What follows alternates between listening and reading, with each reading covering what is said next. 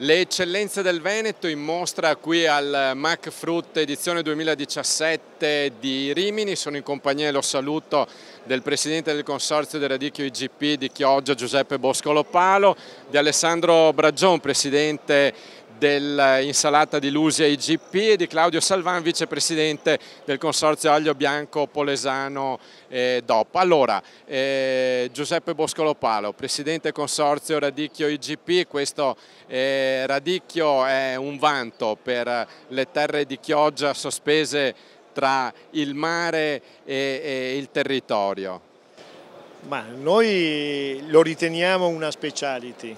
Il rischio grosso è che diventi una commodity, e proprio al convegno di questa mattina, che è stato organizzato qua al MAC Fruit, sta a testimoniare che bisogna fare una comunicazione giusta, e quindi è un'eccellenza del territorio, è un unicum che è irripetibile su altri territori, e questo dovrebbe essere riconosciuto dal consumatore finale. Non a caso quello che lei rappresenta è un consorzio di tutela. Consorzio di tutela in primis per i produttori, ma soprattutto per i consumatori, che sono i destinatari del prodotto. Sì, noi cerchiamo di tutelare offrendo un prodotto a marchio, garantendo quindi l'origine del prodotto, che è la base fondamentale per il consumatore, sapere dove proviene e chi lo produce questo prodotto. Ed è indubbio che c'è anche un'evoluzione nell'utilizzo del radicchio di Chioggia, che porterà a fare delle torte di dolci, a fare dell'essiccato, e quindi di creare delle birra, della grappa, e quindi di creare dei presupposti che nei punti vendita si possa trovare il radicchio di Chioggia nelle varie forme possibili. Allora, il radicchio va valorizzato, voi lo dite sempre, dalla terra alla tavola, e come lo distinguiamo e qual è la storia del radicchio di Chioggia? Beh, sarebbe lunga spiegare la storia del radicchio di Chioggia, perché partiamo dal 1930, che c'è stata un'evoluzione ed è diventato tondo. Oggi, ottenuto il riconoscimento europeo dal 2008, noi come consorzio dal 2009 stiamo tentando di farlo conoscere ai consumatori. Allora, Alessandro Bragion, un'altra eccellenza, l'insalata di Lusia.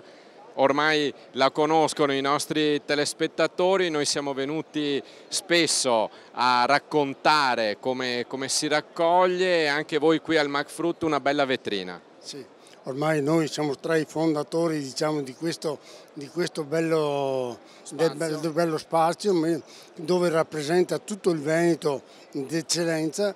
Quindi adesso, insieme all'aglio e al radicchio, stiamo portando avanti questo trio di eccellenze, dove si va a valorizzare, perché pensiamo che essere assieme sia la forza della valorizzazione.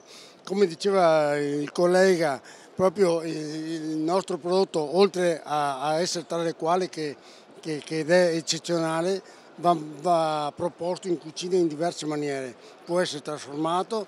Stiamo lavorando proprio per portarlo dai consumatori tale e quale, dove si possa distinguere che viene da un territorio sano, un prodotto sano, un territorio sano, dove si va a fare una pratica culturale molto importante. Allora, noi tra l'altro abbiamo assaggiato anche, ed era molto buono, un sorbetto fatto con l'insalata. Allora, Claudio Salvan, vicepresidente del consorzio dell'aglio bianco polesano, una garanzia all'aglio bianco polesano. Sì, esattamente una garanzia, perché il marchio DOP è ancora più vincolante dell'IGP.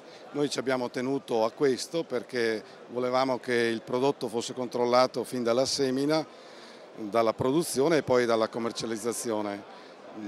Anche per questo nelle nostre etichette c'è addirittura il produttore, segno di salubrità per chi va a consumare il prodotto poi alla fine, e di certezza di tutto il percorso della filiera. Allora, grazie a Claudio Salvan, io ritorno vicino a Giuseppe Boscolo Palo. Allora, l'abbiamo detto, noi adesso, Presidente, un pezzetto di quella famosa torta andiamo ad assaggiarla, magari con la birra, e lo ricordiamo ai nostri amici da casa che sono i consumatori, poi una cosa che vale anche per gli altri: controllare sempre il marchio, perché è sinonimo di garanzia. Certamente sì.